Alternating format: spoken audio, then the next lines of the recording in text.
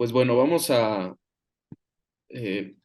arrancar porque pues son 5 libros, entonces, y dos de ellos tal vez los van a presentar dos personas, entonces para que nos dé tiempo de por lo menos hacerlo tranquilamente, pues vamos a empezar.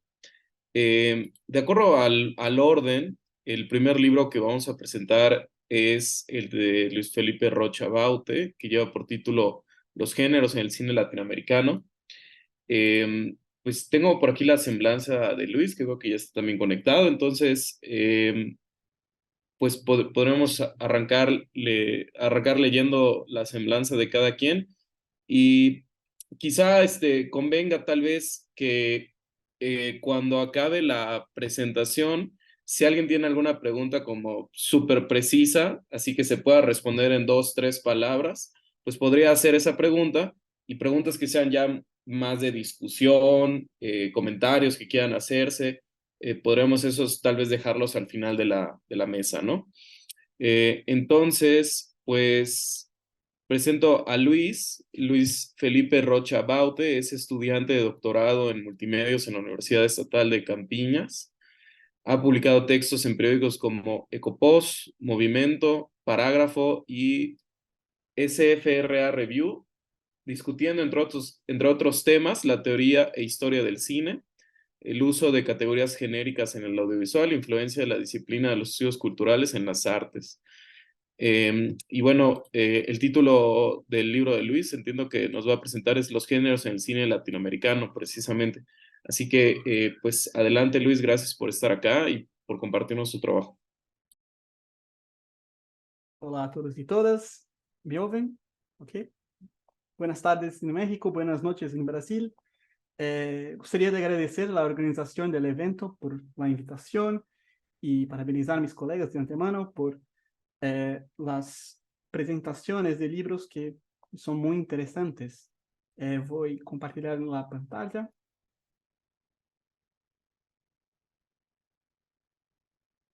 Creio que todos estão vendo. Es con enorme placer que, assim, nuevamente, perdão por mi espanhol, não é minha primeira língua, e vou a ler alguns trechos para que não afete a compreensão. Es com enorme placer que vengo apresentar de forma breve. Temos outras apresentações também preciosas. O número especial é tratado como Propostas Latino-Americanas para o Pensamento sobre Gêneros, uma colaboração México-Brasil. São propostas latino-americanas pensando a categoria de gênero para analisar películas, obras, um conjunto muito expressivo que foi nomeado como Los Géneros en el Cine Latinoamericano, pero tiene esse título em português. Sou aqui como um representante de Zanzalá, que é a revista brasileira de estudios acerca de los géneros cinematográficos y audiovisuales. Y ese dossiê especial fue publicado en Brasil al final del año pasado. Entonces, acerca de la revista, Zanzalá es un proyecto editorial gerenciado por Genecine, un grupo de pesquisa dedicado al estudio de los géneros cinematográficos y audiovisuales, y cuenta con miembros del posgrado en multimedios en su equipo editorial. Yo estoy con este grupo. Con vocación internacional, publica en diferentes idiomas y siempre está a procura de nuevas formas de internacionalización. Este número especial surgió de la cooperación académica entre Genecine, este grupo, y el posgrado en multimedios de la Unicamp, y el doctorado en humanidades de la Universidad Autónoma Metropolitana de Xochimilco, sobre todo por Lauro, que está aquí presente, con sobre todo un desdoblamiento de los primeiro ciclo de conferencias sobre géneros cinematográficos como un gran primer paso realizado en 2022. Este dossiê es un estimulante desarrollo de este breve intercambio académico que ha servido para consolidar redes de investigación entre Brasil y México. Son muchos los temas que se abordan, melodrama, convenciones, tipologías. Seleccioné ciertas palabras clave que están presentes en los textos, que demuestran la versatilidad de los estudios acerca de géneros cinematográficos. Comenzamos con la introducción en portugués, hecha por mí y por Pedro Maciel Guimarães, mi orientador en Brasil, supervisor de la mi pesquisa, y la en español escrita por Lauro, que está aquí presente. Y continuamos con Lauro, que es el primer texto que está presente en este dossier, llamado Los géneros cinematográficos en el cine iberoamericano, una propuesta tipológica, que propone una tipología de los géneros iberoamericanos, con, yo cito, 6 géneros que caracterizan el cine regional: la comedia romántica, comedia sexual, cine político, musical, adaptación, cine biográfico, cine de reivindicación. Ejemplos de estas son Santa, Enamorada, películas, ¿no? O Cangaceiro, una película brasileña, La ciudad de los perros y Valentín. Una relectura de los géneros regionales que es muy bienvenida. Pasamos al siguiente para el texto La nostalgia del melodrama silente, The Heart of the World, de Guy Madin, escrito por Montes de Rat, Pérez Bonfil, y analiza la película, un melodrama silencioso, e identifica elementos del montaje constructivista y de la estética expresionista, destacando en su uso la construcción y subversión de arquetipos narrativos. Después tenemos el rescate de las películas de Home Invasion por Alfonso Ortega Mantecón, que en La invasión de lo sagrado y de lo familiar, la aproximación de Luis Buñuel a los Home Invasion movies, utiliza específicamente de Susana, Carne y Demonio para analizar influencias entre el subgénero y el melodrama. Por su vez, Juan Manuel Díaz realizó otro estudio de caso, examinando las convenciones asociadas a la Manic Pixie Dream Girl, un tipo de personaje femenino idealizado, y yo cito, cuyo único propósito es el servir como detonante a la transformación y catarsis del protagonista masculino. Mediante el análisis de este stock character, Díaz busca investigar fundamentos ideológicos y su uso discursivo en el cine de Hollywood. Siguiendo en Invisibles, la presencia homosexual en el melodrama mexicano clásico, Francisco Marín investiga la presencia de personajes homosexuales en el cine nacional hegemónico, el melodrama, por medio de análisis de importantes representaciones en la historia del género con ejemplos de buddy movies. El autor investiga los procesos de visibilidad e identidad en el cine clásico mexicano. Además, Fernanda López examina las relaciones entre la ciudad y el cine negro. Según la autora, el artículo, yo cito, nos lleva por un recorrido del género cinematográfico de cine noir, partiendo de sus antecedentes en los años 30 en Estados Unidos y en su apogeo en los años 40 y 50, destacando a partir de su estética temáticas, dualidades y principales particularidades formales. Se destacan las obras de Roberto Galvaldón, Alejandro Galindo, Emilio Fernández y Julio Bracho, como principales exponentes del cine Mex Noir, con foco en Distinto Amanecer de Bracho. En un paseo en el cinedrama gótico, Christian Martínez Romero ha producido un detallado estudio acerca de Carlos Enrique Taboada, el Duque del Terror, El autor utilizó de la arquitectura y la literatura góticas para analizar Hasta el viento tiene miedo, de 68, El libro de piedra, de 69, Más negro que la noche, de 75, Veneno para las hadas, de 84, títulos de la tetralogía del terror de Taboada. Y para concluir, he realizado una entrevista a Miguel Ángel Fernández Delgado sobre la historia de la ciencia ficción mexicana, el género popular por excelencia. Ha recibido una serie de estímulos por parte de premios, asociaciones y eventos en todo México, a pesar de la notable desestimación por parte de académicos y estudiosos a principio del siglo.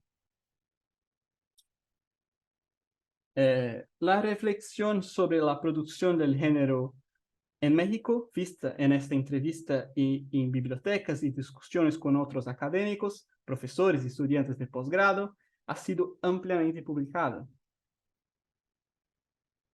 En la entrevista comenté que existe una producción muy diferenciada sobre audiovisual en América Latina. Sin embargo, la discusión académica entre investigadores de países latinos no es tan extendida en ciclos y grupos locales. Y Fernández Delgado respondió diciendo que, y yo cito, la adversidad se combate con trabajo. Creo que este volumen fue un paso en esta dirección de intensificar el contacto y el intercambio entre las investigaciones realizadas en América Latina. Además, fue un placer leer todos los textos y tener contacto con las obras analizadas.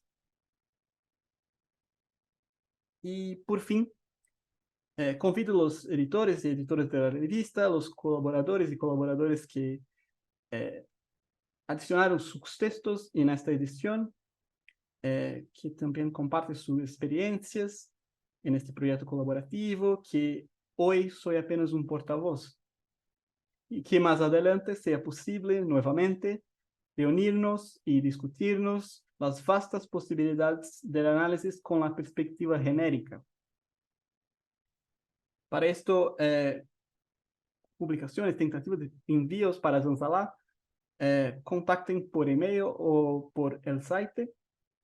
Y es importante esclarecer que es necesario un registro en el Open Journal System para enviar elementos en línea y comprobar el estado de los envíos recientes. Y que yo, así como la equipo editorial, están disponibles para informar acerca de envíos para la revista y para futuras colaboraciones como esta que presento hoy. Es esto, muchas gracias, muy obrigado, hasta luego. Muy bien, muchas gracias, Luis, por una presentación sucinta. No fue necesario, pero les comento que puse una alarma. Digamos, tenemos un máximo de 20 minutos para presentar. Entonces, puse una alarma a los 18 minutos. Entonces, cuando la escuchen, es porque les quedan 2 minutos. Pero bien, muchas gracias, Luis, por la presentación. Fue muy clara y agradecemos el uso del tiempo. Bien, la siguiente persona para presentar.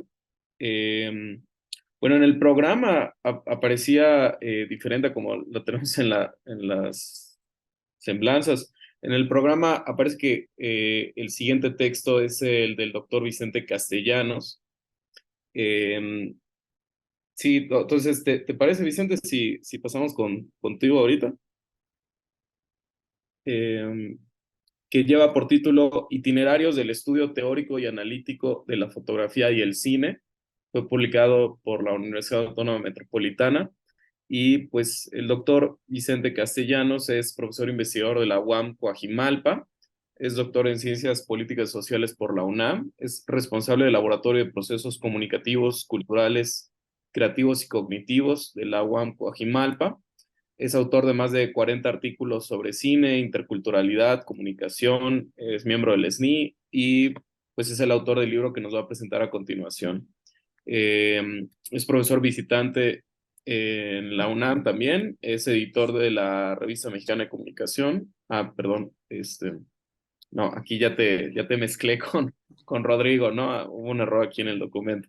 Este, entonces, bueno, iba a ser un chiste, pero mejor no. Entonces, te paso ya la palabra, Vicente. Pues gracias por presentarnos tu libro y pues eso, cuando lleguemos a los 18 minutos, sonará una alarma para que ya podamos concluir.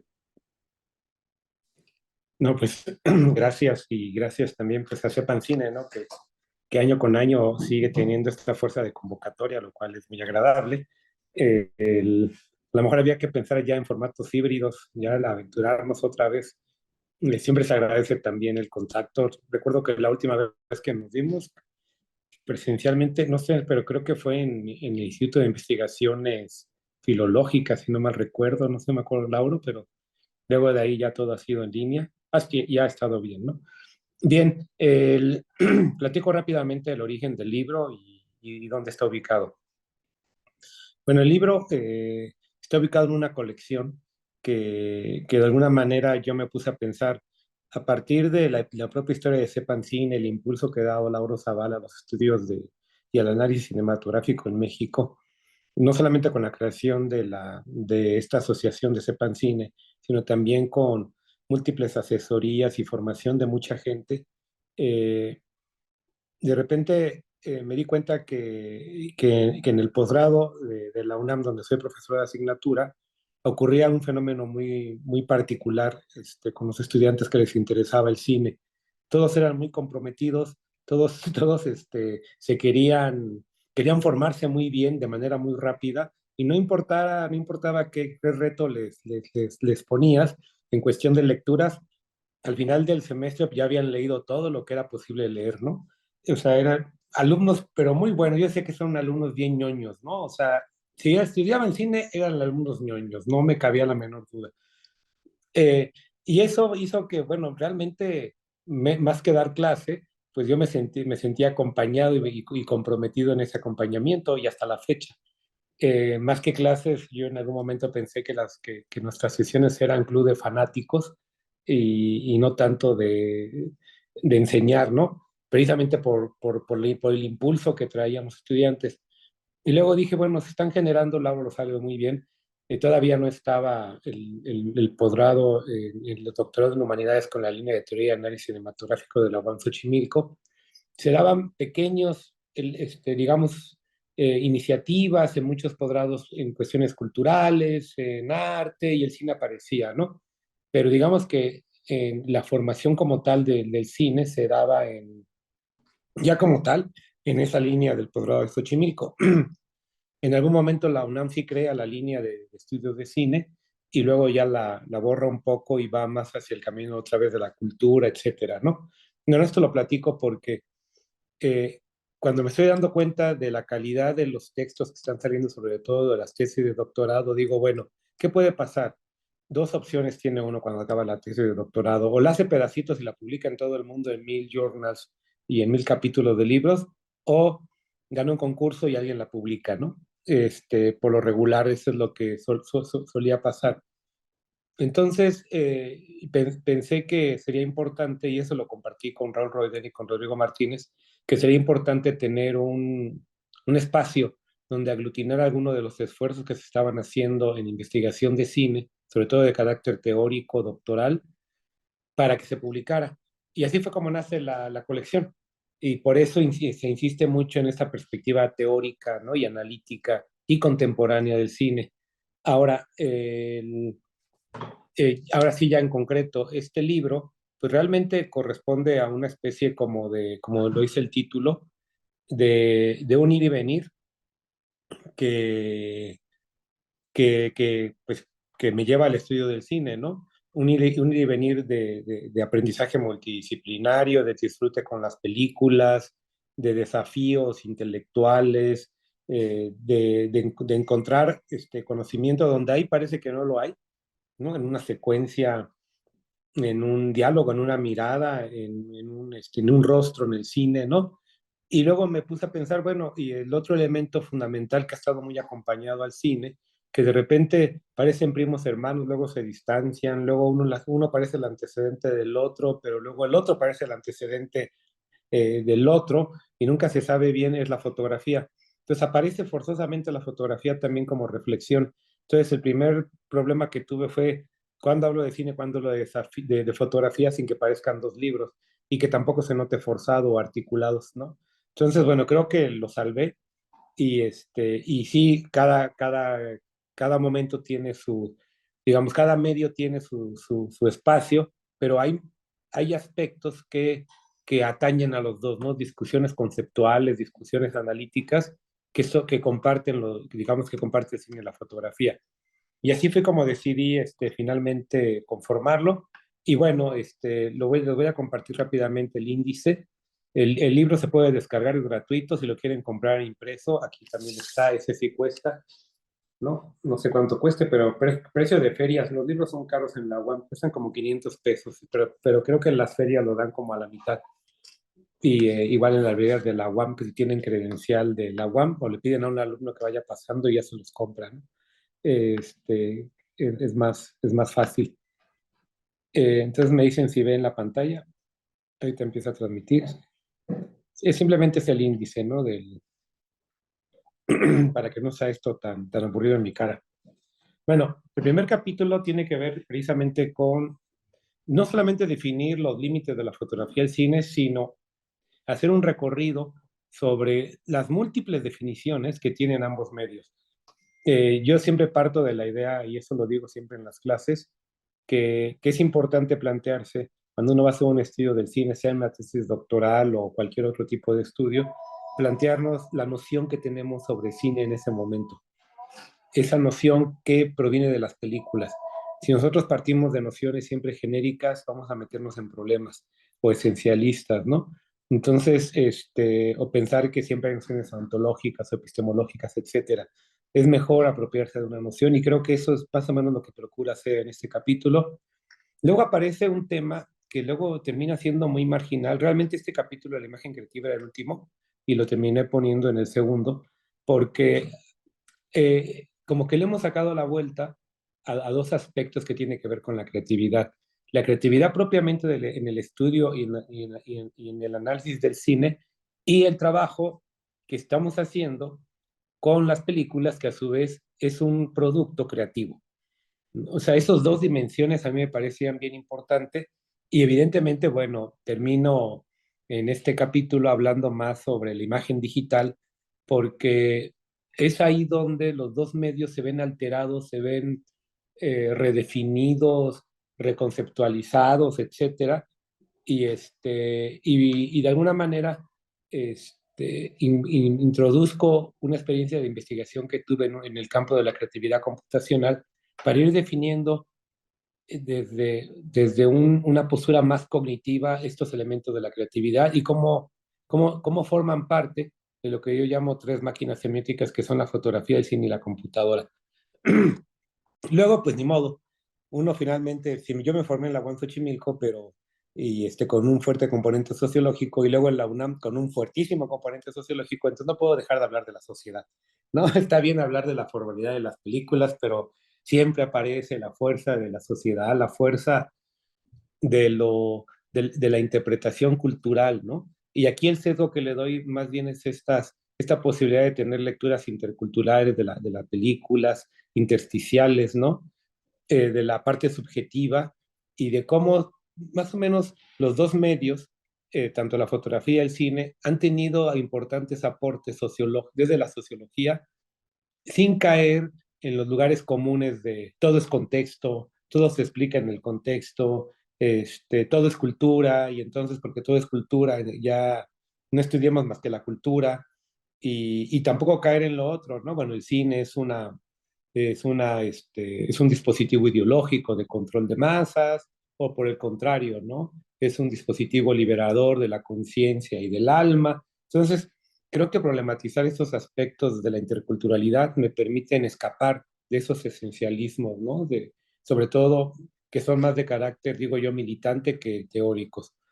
Y el último capítulo, que, que tiene como punto de partida pues, un debate no dado, pienso yo, porque si bien creo que hemos avanzado mucho en una didáctica, en una pedagogía del análisis, no hemos tenido, comparado con el desarrollo teórico de las teorías del cine y de la fuerza conceptual y del debate que se tiene epistemológico, el análisis no ha tenido el mismo camino. Entonces, ¿cómo discutir el análisis desde lo conceptual? Tomarlo como objeto de estudio epistemológico y no tanto como una ayuda didáctica o un elemento pedagógico más. Eh, ¿Por qué? Porque yo creo que si lo problematizamos, si lo llevamos a estos elementos, el análisis se convierte o puede adquirir esa dimensión abstracta, conceptual, ¿sí? Que ayude más al analista a comprender su trabajo que una receta, o como a veces llegaban algunos estudiantes que lo que querían era un método, ¿no? Y entonces pensaban que la clase de análisis es una clase de metodología de la investigación.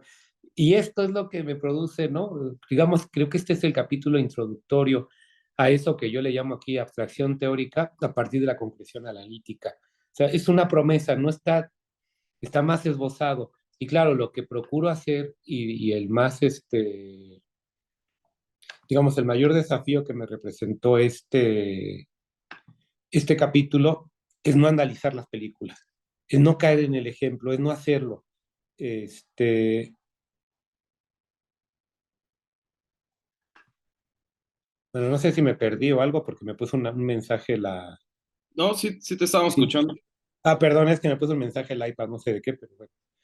Entonces, No es querías lograr caer, no querías caer en el ejemplo, ahí te quedas. no quería caer en el ejemplo y por eso, no saben, la tentación de no hablar de las películas, eso fue también o sea, no intentar llevar el análisis al nivel máximo de abstracción y no el de la ejemplificación, porque entonces corría el riesgo de caer otra vez en esa pedagogía, en esa didáctica, que no critico, que es fundamental hacerlo, que forma parte de nuestro, ¿cómo decirlo?, de nuestras rutinas de pensamiento, de nuestra forma de generar conocimiento, así como yo pongo el ejemplo, así como el antropólogo, que si no hace trabajo de campo, pues no existe el antropólogo, pues el analista de cine, si no hace análisis, no existe análisis, ¿no? ¿Quién sabe qué será? Entonces, pero de esa manera llevar a este debate intentando brincar el ejemplo, ¿no? Y claro, se pudo haber puesto muchos análisis y no había ningún problema, pero no era el objetivo. Por eso digo, de la abstracción a la concreción, o sea, que la concreción analítica nos lleva a la abstracción teórica. Esa es como la promesa.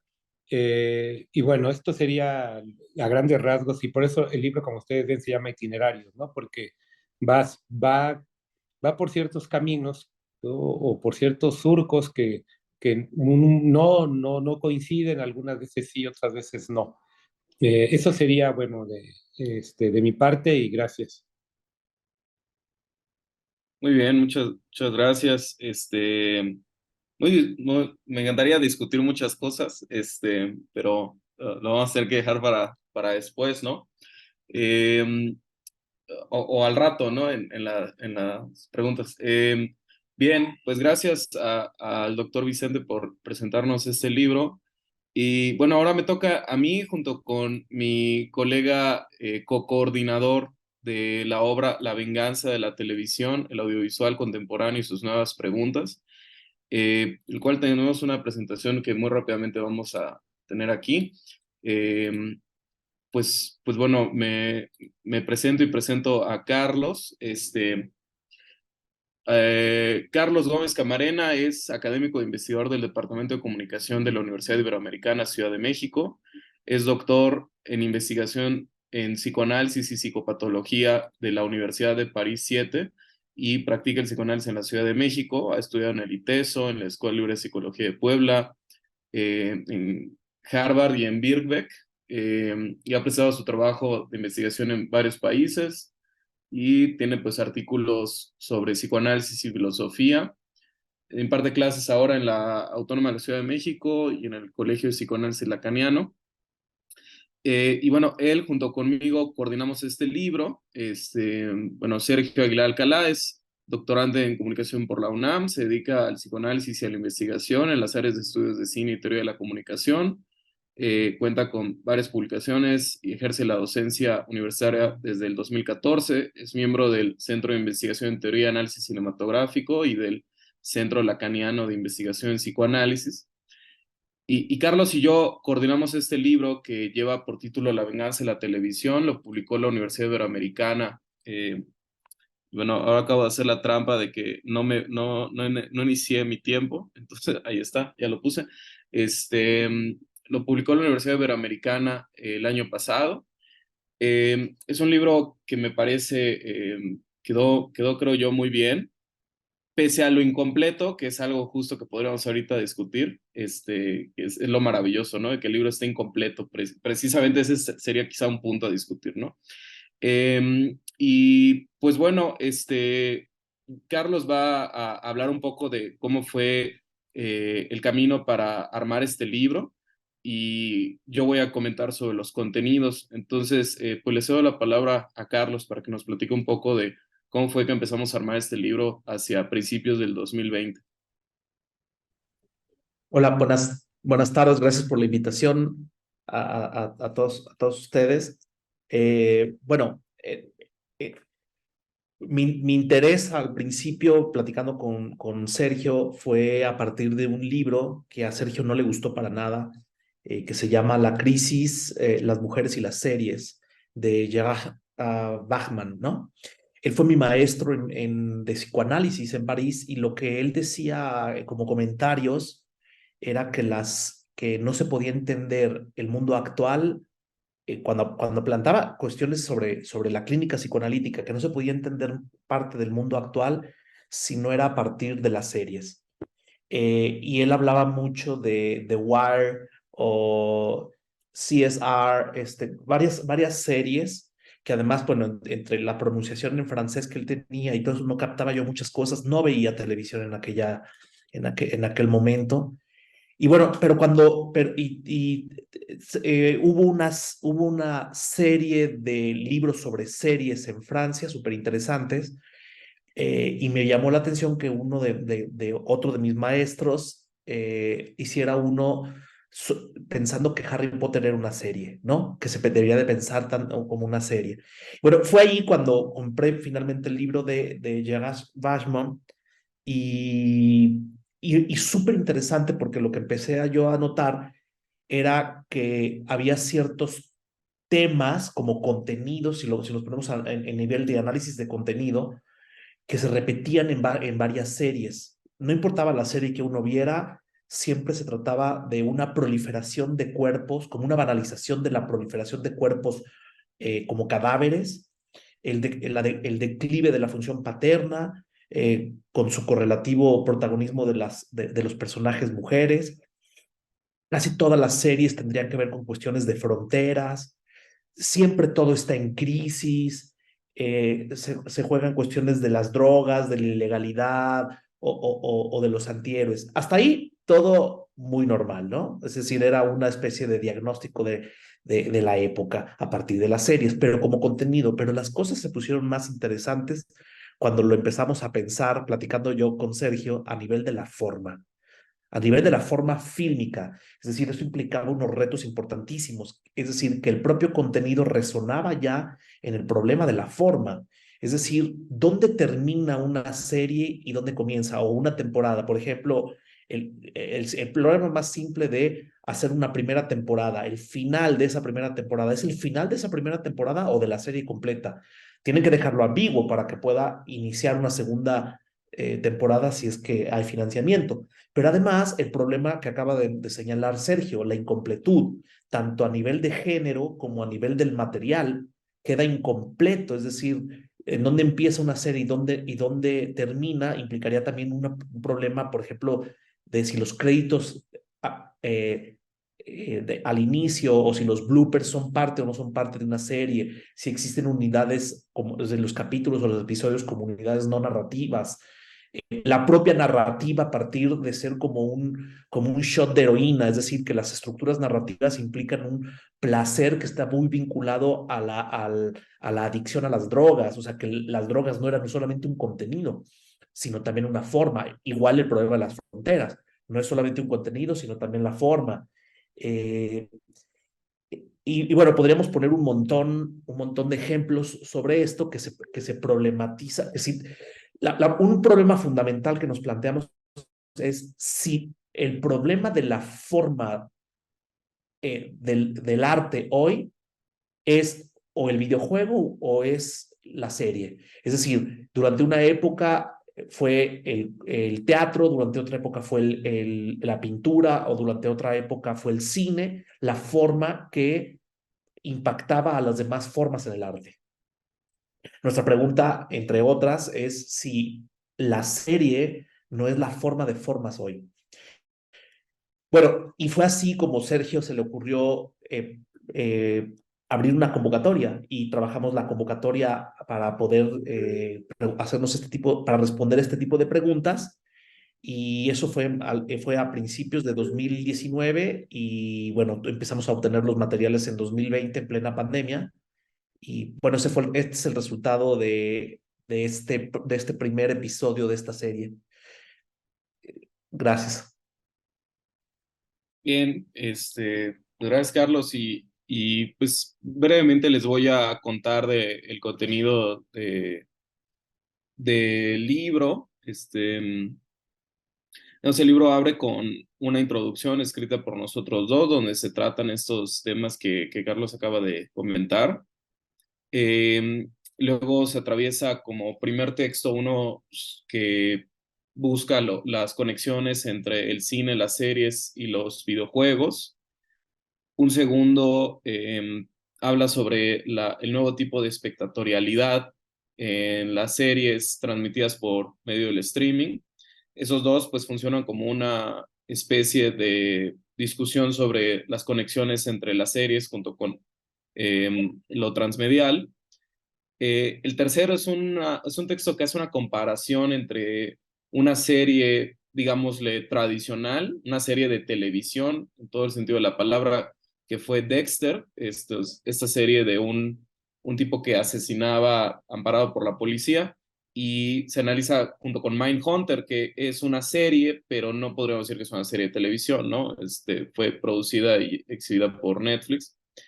Luego hay uno sobre la discusión de los afectos en varias de las producciones de HBO.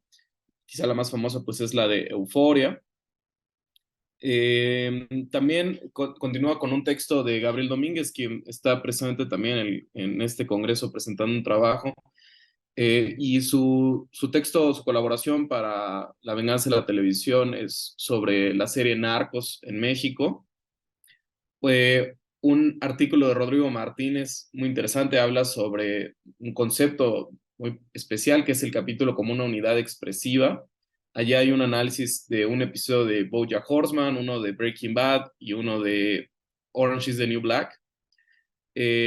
Luego Noé Sotelo, quien hoy presentó también su trabajo acá en el Congreso, está discutiendo aquí eh, a la figura de los villanos como protagonistas en las series contemporáneas. Quizá el ejemplo más famoso pues es el de Breaking Bad. Y yo cierro el libro con una discusión sobre una película que se llama El Congreso, que habla sobre el futuro del cine y la hiperpersonalización del cine. Muy curioso que esta película tiene 10 años y pareciera que salió hoy o que va a salir el próximo año, ¿no? A raíz de la huelga que tienen los actores hoy en Hollywood. Tiene mucho que ver justo con eso. También me gustaría comentarles que pues este trabajo no se ha reducido solamente a la publicación misma, sino que ha habido bastantes espacios para discutirlo y presentarlo. Además de que probablemente ya sea de las últimas presentaciones del libro, porque han habido varias en la Universidad Iberoamericana, en ferias del libro. También en la Ibero se tuvo durante todo un año, durante todo el año 2022, la presentación de estos artículos en formato de un seminario, más otros de otras personas que no participaron en el libro, quizá en una siguiente temporada podrían participar. Y todas esas sesiones pues, fueron grabadas y están en el canal del Departamento de Reflexión Interdisciplinaria de la Ibero. Entonces, después de leer el libro, tal vez podrían entrar a las conferencias donde se estuvo discutiendo cada uno de estos artículos, bueno, casi todos, más otros que no están aquí en el libro, ¿no? También se presentó en un evento que hubo en la ciudad de Mérida. Se hicieron dos presentaciones allí sobre toda la discusión teórica que mencionó Carlos y,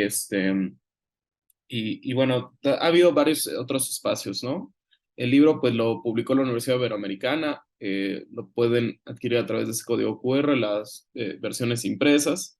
Y me parece que es un libro que para mí resulta interesante porque de algún modo viene a suplir un vacío que cuando planeamos el libro estaba, si no me equivoco con la aseveración que voy a hacer, creo que el único otro libro que se había publicado en México que hablaba sobre las series es uno que se publicó en Guadalajara un par de meses antes de que empezáramos a armar que es un libro que trabaja las series desde los estudios de audiencias y los estudios de recepción, y como Carlos lo mencionó, es exactamente lo que no queríamos hacer y lo que afortunadamente no hicimos, porque pues nos parece más divertido esto.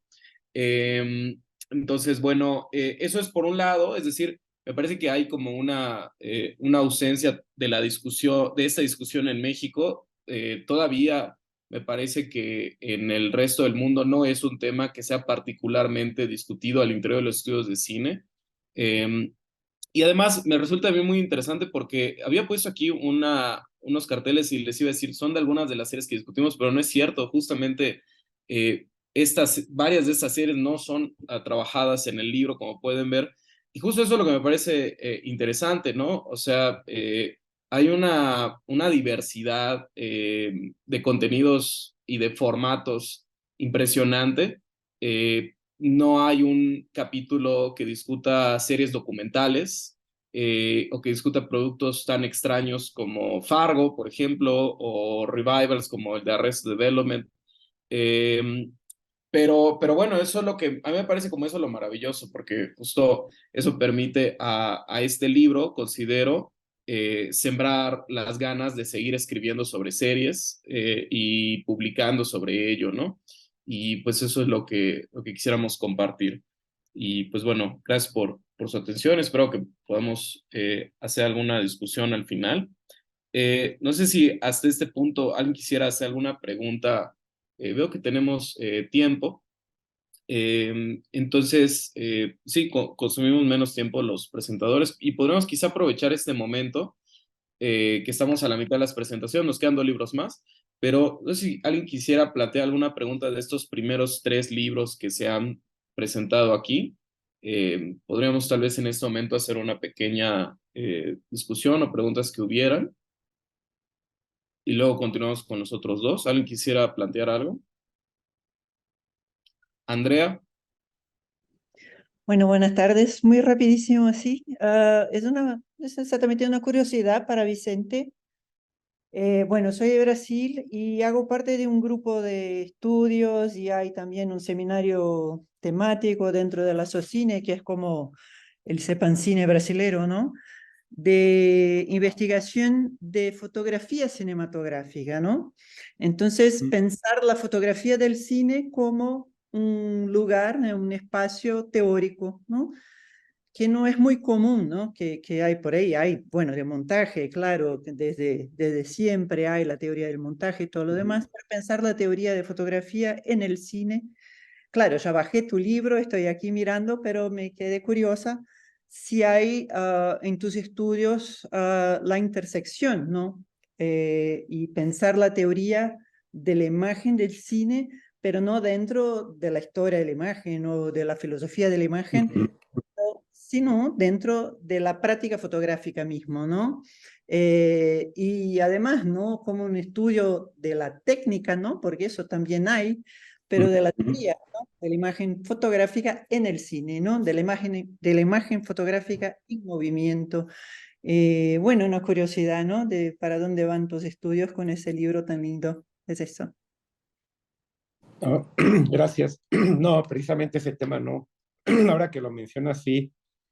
Pensé en varios libros que lo han tocado y y incluso en un número especial que tuvo la revista del CUEC, bueno, ese tiempo el CUEC, ahora la ENAC, pero fíjate que no sé, pienso por qué no lo toqué desde ese punto, ¿no? Tal vez porque estaba más cargado como a revelar o a intentar problematizar el análisis, pero bueno, es una buena sugerencia. Gracias. ¿no? Gracias a usted. Bien, muy bien.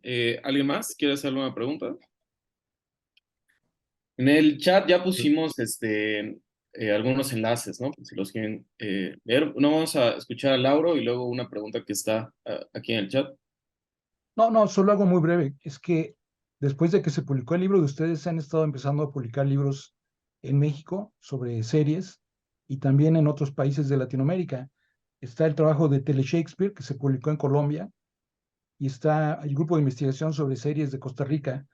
Pero yo recuerdo, por ejemplo, el libro que publicó la UNAM sobre series de televisión y filosofía, y también en la Autónoma de Ciudad Juárez, un libro que desde el título defiende las series de narcos en México. O sea, ya son 4 o 5 libros, entonces sí empieza a haber ya un campo, digamos, un campo nuevo de investigación. Creo que es algo que llama la atención, ¿no? Sí, sí, tienes razón. Había olvidado que tiene, ahorita se los comparto, lo tengo por acá en una carpeta, ¿no? El de filosofía que publicó la UNAM. El otro de Juárez, ese no lo conocía. Eh, bien. Y bueno, Ernesto comentaba en el chat que una pregunta para Vicente.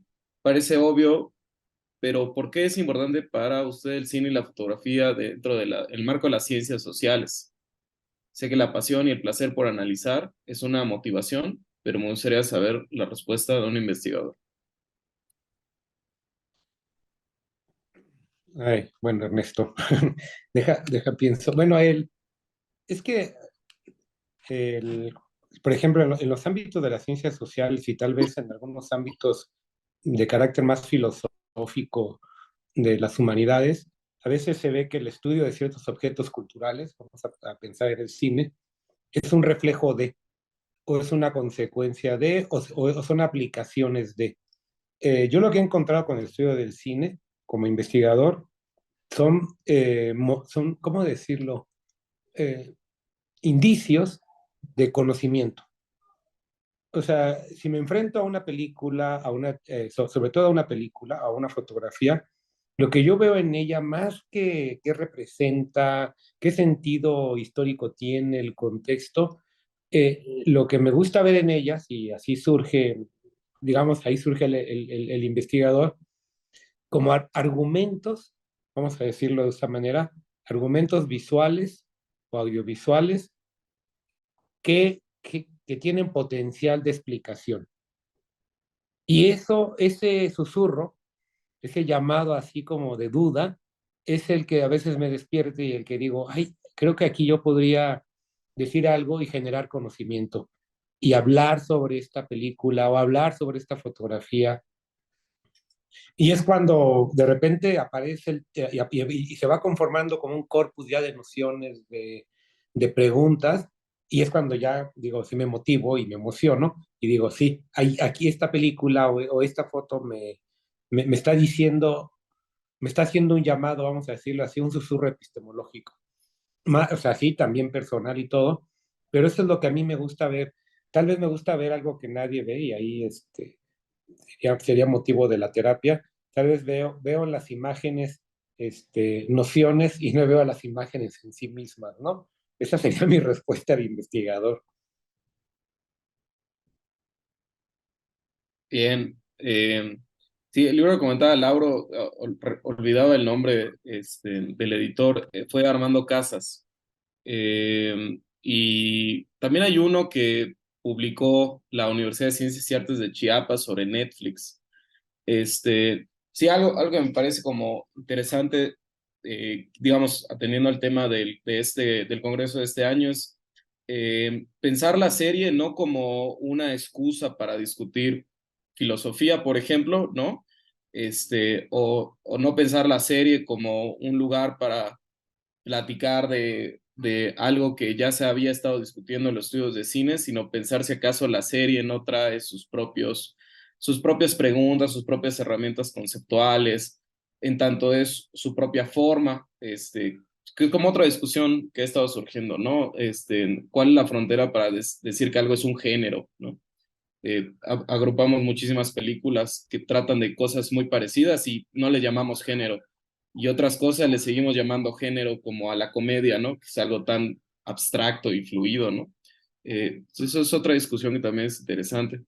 Y pues sí, Rápido, una cosa solamente, Sergio, esto que acabas de decir, por ejemplo, del género, queda claro cómo hay series de antología o series editoriales que cada episodio tiene un género distinto, o que incluso, aunque tienen un mismo género, esto, por ejemplo, BoJack Horseman puede tener un cierto tono cómico y luego trágico en distintos episodios, o incluso, ¿cómo se llama? Mr. Robot, que puede parecer a veces documental, o en otros tiene otro género, así que cada episodio puede tener un género distinto. Eso es interesantísimo, que es exactamente lo que tú planteas, en el sentido de cuáles son el propio aparataje teórico que plantea, teórico conceptual que plantea una serie, ¿no? Como objeto en sí mismo, y que no podría utilizar las mismas herramientas que para analizar el cine, ¿no? sí, justo ese era el interés del libro, ¿no? O sea, preguntarse, por eso el subtítulo del libro, ¿no? O sea, las nuevas preguntas que las series plantean. Pero bueno, para que no se vuelva entonces presentación de Carlos y Sergio, vamos a pasar al siguiente libro. Y bueno, si alguien más te quiere también dejar, ya nos dejó también Luis un enlace sobre ficción televisiva, se lo agradecemos, ahorita lo vamos a guardar. Pues vamos a pasar a la siguiente presentación, que estará a cargo de Rocío González y de José Antonio García Ayala. Voy a leer las semblanzas. José Antonio García Ayala es doctor en urbanismo por la UNAM, es maestro en ciencias en la especialidad en arquitectura e ingeniero arquitecto por el Politécnico, donde es profesor desde el 2005 y ha hecho investigaciones sobre la ciudad, el tiempo libre, el arte y el deporte, desde las dimensiones cultural y estética, a partir del enfoque de la complejidad de la hermenéutica profunda, y a partir de ello ha sido autor de varios libros, capítulos y artículos. Coordina el Seminario Permanente Cine, Ciudad, Arquitectura desde el 2016. Y Rocío González de Arce es doctoranda en Humanidades por la UAM Xochimilco en la línea de Teoría y Análisis Cinematográfico. Es maestra en Estudios de Arte por la Universidad Iberoamericana en la línea de Imaginarios, Cultura Visual y Estética. Realizó los documentales Permanencia Voluntaria y Anagnórisis, y es autora de más de una veintena de textos sobre análisis cinematográfico entre capítulos de libros, artículos de investigación y divulgación. Ese es el cuarto de los 5 libros que tenemos para presentar, así que pues le cedo la palabra. Adelante. Bueno, muchas gracias a todos. Yo voy a ser el cargo de hacer la presentación en representación de Rocío González de Arcerzabe, mi compañera, ¿verdad? Y bueno, primero que nada quisiera agradecer a todos aquí en Sepancine por el enorme esfuerzo para difundir los análisis cinematográficos, que yo creo que es un campo de conocimiento muy importante que hay que seguir, digamos, impulsando y que nos permite poder adentrarnos a todo un universo que nos lleva a comprender otra faceta de nuestra realidad como seres humanos. En ese sentido, este libro que se llama Espacio Urbano, Arquitectónicos y Cine, una relación dialógica, pues es un esfuerzo producto, ¿no? De la unión de diferentes voluntades, ¿verdad? Que se fueron enmarcando en lo que es el Seminario Permanente Cine, Ciudad y Arquitectura, el cual tuvimos un primer libro que se llamó así, Cine, Ciudad y Arquitectura, Análisis Cinematográficos para entender los espacios urbanos habitables en el siglo XXI, que también fue coordinado por un servidor y por Rocío González de Arcelsabe, y que así como también unía, digamos, los esfuerzos de muchos de los ponentes de ese primer año, ¿no? De ese seminario, y pues se trató de dar esa continuidad, ujú, a partir de ese interés que surgió por entender los espacios habitables desde el enfoque cinematográfico. En ese sentido es algo, digamos, muy importante entender cómo los textos compilados en este libro pues exploran distintos enfoques disciplinarios, ¿verdad? Con una relación dialógica, hologramática, recursiva a veces, ¿no? Eh, donde se da esa interrelación entre lo que es el cine, la ciudad y su arquitectura. Esto es algo, digamos, muy importante. La unión del cine, la ciudad y la arquitectura es lo que guía cada uno de los textos de este libro, ¿verdad? Eh, las temáticas, digamos, son muy diversas, ¿no? Y los análisis cinematográficos que se presentan son también igual heterogéneos. Y esto nos habla, ¿no? De esa diversidad metodológica, ¿verdad? Que entraña el conocimiento del lenguaje audiovisual, en específico del cinematográfico. En ese sentido es muy importante entender cómo esta mirada a diferentes obras cinematográficas nos permiten entender cómo se estructuran los imaginarios sobre la ciudad, sus barrios y su arquitectura. En ese sentido, no existe, digamos, mirada sobre lo moderno, sobre lo citadino, sobre qué son los espacios arquitectónicos, sobre diferentes temas que implican vivir hoy en día la ciudad y que la lente cinematográfica, la mirada del cineasta y de todos sus creadores, pues han permitido, ¿no? Poder adentrarnos a entenderlos de una manera complementaria, que nos permite eh, poder tener otra perspectiva sobre lo que vivimos hoy en día, digamos, en las ciudades. En ese sentido, es muy importante entender cómo es la relación entre el cine, la ciudad y la arquitectura es tan amplia y tan vasta, ¿no? Como las películas, ¿verdad? Y a veces mucho más, que están, digamos, las que se presentan aquí, pues pertenecen a diferentes géneros, ¿verdad? Hay thrillers, hay comedias, ¿verdad? Hay algunas otras películas, ¿no? Que son propias del expresionismo alemán, del film noir, de la ciencia ficción, algunas otras por su formato, ¿no? Son filmes independientes o documentales, en fin. En ese punto no tratamos de ser, digamos, muy abiertos, ¿no? Para podernos adentrar, digamos, a lo que aquí podíamos compilar.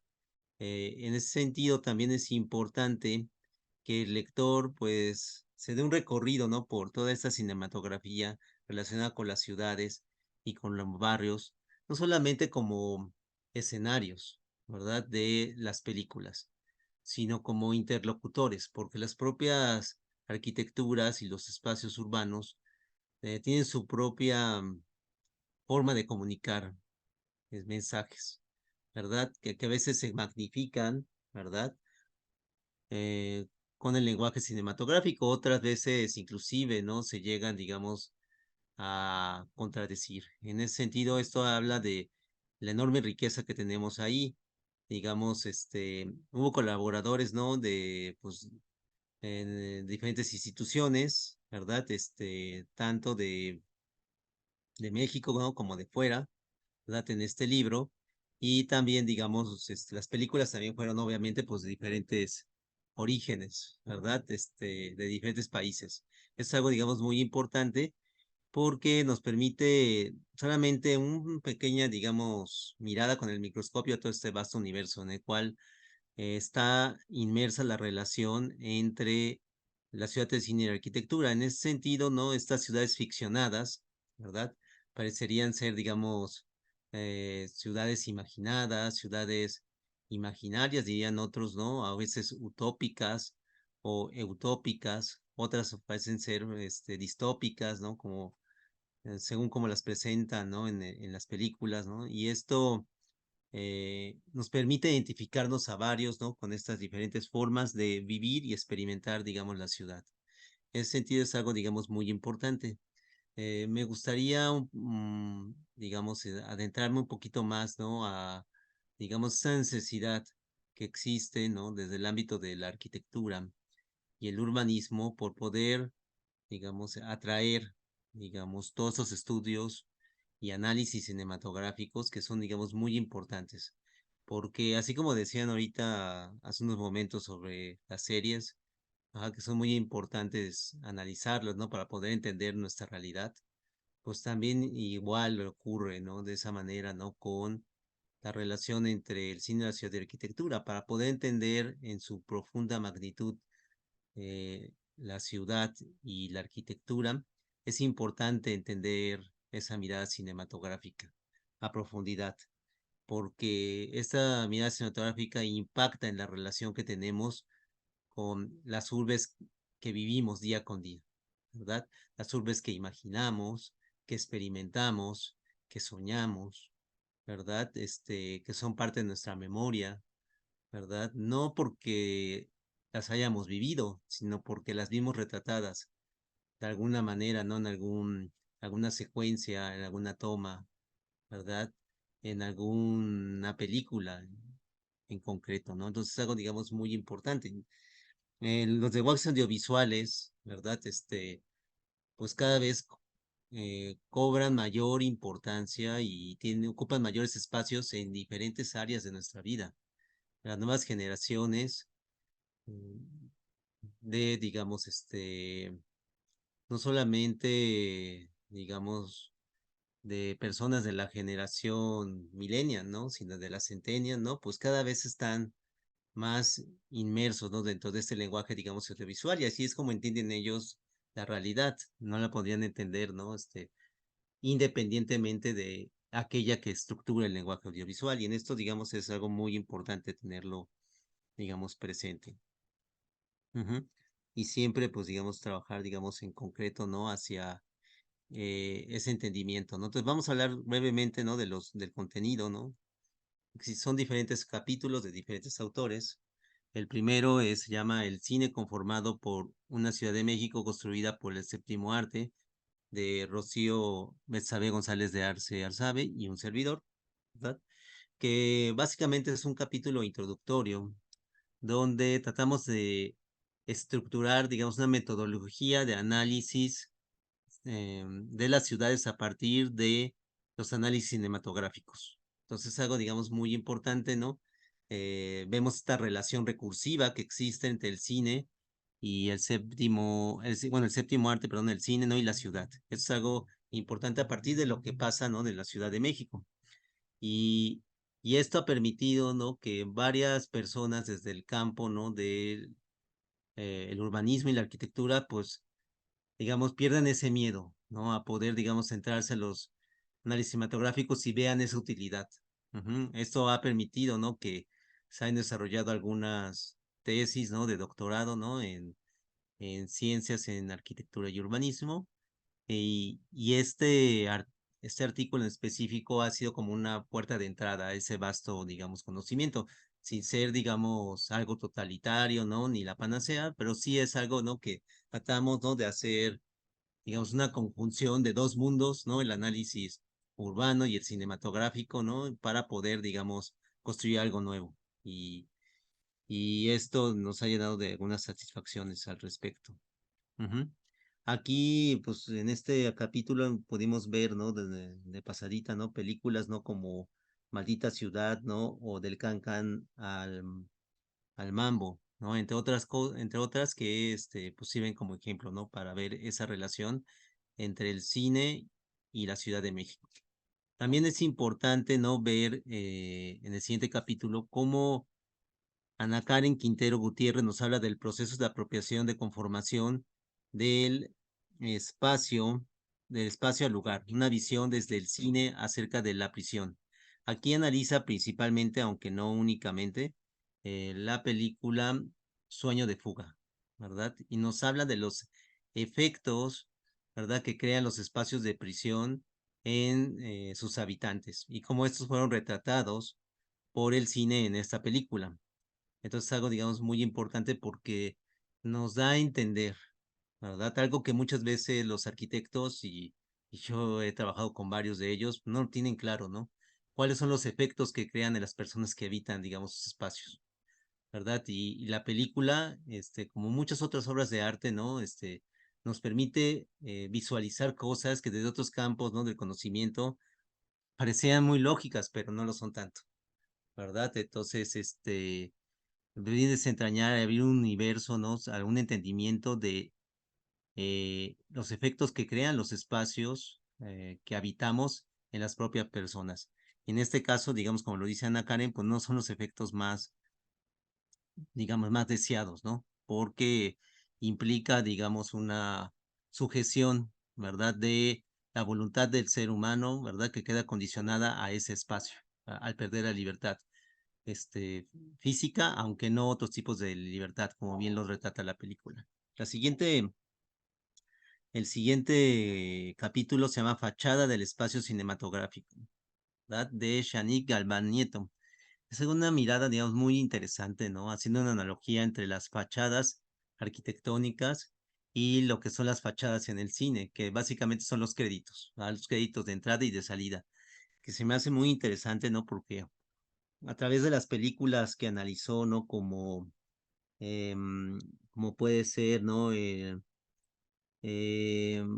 pues la película La vida de Brian, ¿no? O Kiss Kiss Bang Bang, o Taxi Driver, entre otras, podemos dar cuenta, ¿no? Cómo desde los créditos que se muestran al empezar la película y a terminar esta, digamos, se van transmitiendo mensajes, ¿verdad? Así como la fachada, digamos, arquitectónica, ¿no? Es la primera cara, ¿no? De un espacio habitable.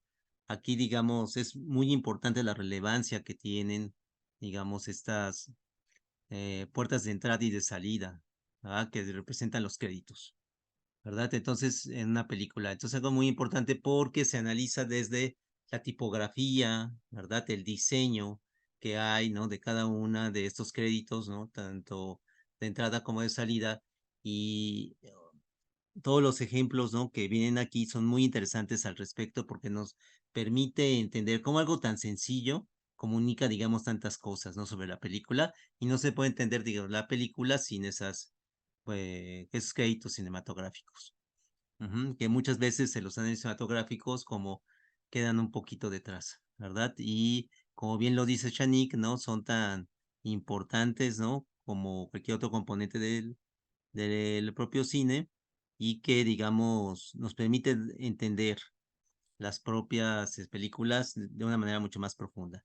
El siguiente capítulo es Ciudades Cinemáticas, la representación del espacio urbano en el cine silente de la vanguardia alemana, de Alberto Cuevas Martínez. En este nos presenta, ¿no? A través de películas como El Gabinete del Doctor Caligari o Metrópolis, entre otras, ¿no? Cómo, digamos, los aportes que ha tenido, ¿no? La vanguardia alemana, ¿no? Para poder entender cómo se retrata el espacio urbano, ujú, de aquellas épocas, ¿no? De los años 20, de los años 30, ¿no? Entonces es algo, digamos, muy importante, ¿no? Cómo se va dando esto, ¿no? Porque nos da un entendimiento de cómo se imaginaba la ciudad, cómo se entendía, cómo se aproximaba la gente de aquel entonces, ¿no? A esta ciudad, ¿verdad? Que estaba en un proceso de transición porque pasaban de vanguardias arquitectónicas, ¿no? Como el Art Nouveau, ¿verdad? A otras mucho más radicales, como es el funcionalismo. Esto es algo, digamos, muy importante porque nos permiten ver, digamos, una aproximación muy profunda, ¿no? De lo que experimentaban las personas, ¿no? A partir de esta mirada, ¿no? Del cine silente de la vanguardia alemana. Entonces, el siguiente capítulo que tenemos aquí es el de Jóvenes Citadinos, un análisis de 3 películas de ficción del cine independiente mexicano de los años 80, de Norma Sánchez Acosta. En esta vemos películas como Un toque de rock y Los Panchitos, entre otras, ¿no? Que nos permiten adentrarnos a este mundo, ¿no? De los jóvenes, que es algo, digamos, muy importante, ¿no? Y que ha sido representado por el cine y donde la ciudad juega un papel preponderante. El rock es una cultura eminentemente, digamos, urbana. Entonces, el cine que retrata, digamos, este tipo, ¿no? De cultura, ¿verdad? Derivada del rock, pues por lo tanto, también lo es. Y esto nos permite adentrarnos a cómo se veía la ciudad en aquellos años, pero cómo se entendían y se comprendían y se miraban a sí mismos los jóvenes, ¿verdad? Muchas de estas películas son documentales y son registros testimoniales, pero más allá de eso son miradas que nos permiten entender a profundidad esa habitabilidad de los espacios y esa identidad que iban, digamos, construyendo a partir de, digamos, de sus propias identidades derivadas, digamos, de lo que es la música. Entonces, la siguiente, el siguiente capítulo es la representación del universo onírico en el cine, de Rita Lilia García Cerezo. Entonces, en esta película se analizan, digamos, películas como Pesadilla de la calle del infierno, o Brasil, digamos, entre otras, ¿verdad? Y nos permiten entrarnos a este universo onírico, ¿verdad? Que es construido cinematográficamente, eh, donde los escenarios principales, digamos, son las propias ciudades y los espacios arquitectónicos. En este sentido, digamos, a partir de esta forma de ver la realidad, a través del lente cinematográfico, podemos adentrarnos a una forma de comprensión de lo que es la ciudad y lo que se experimenta al poder, vivir en ella. Ciudades, ¿no? Que nos dan miedo, ciudades que nos encantan, que nos apasionan y que nos hacen sentirnos únicos, ¿verdad?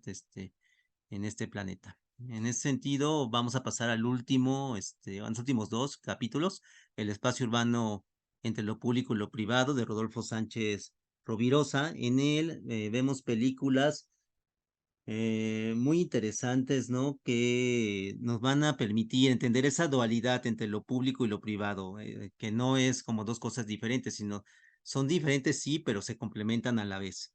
En películas como El Show de Truman y El Dormilón, entre otras, ¿no? Que permiten ver esa complementariedad entre estos dos tipos de espacios, a veces pensados como opuestos, pero que más bien no podían existir uno sin el otro. Y el cine da cuenta, digamos, de ello.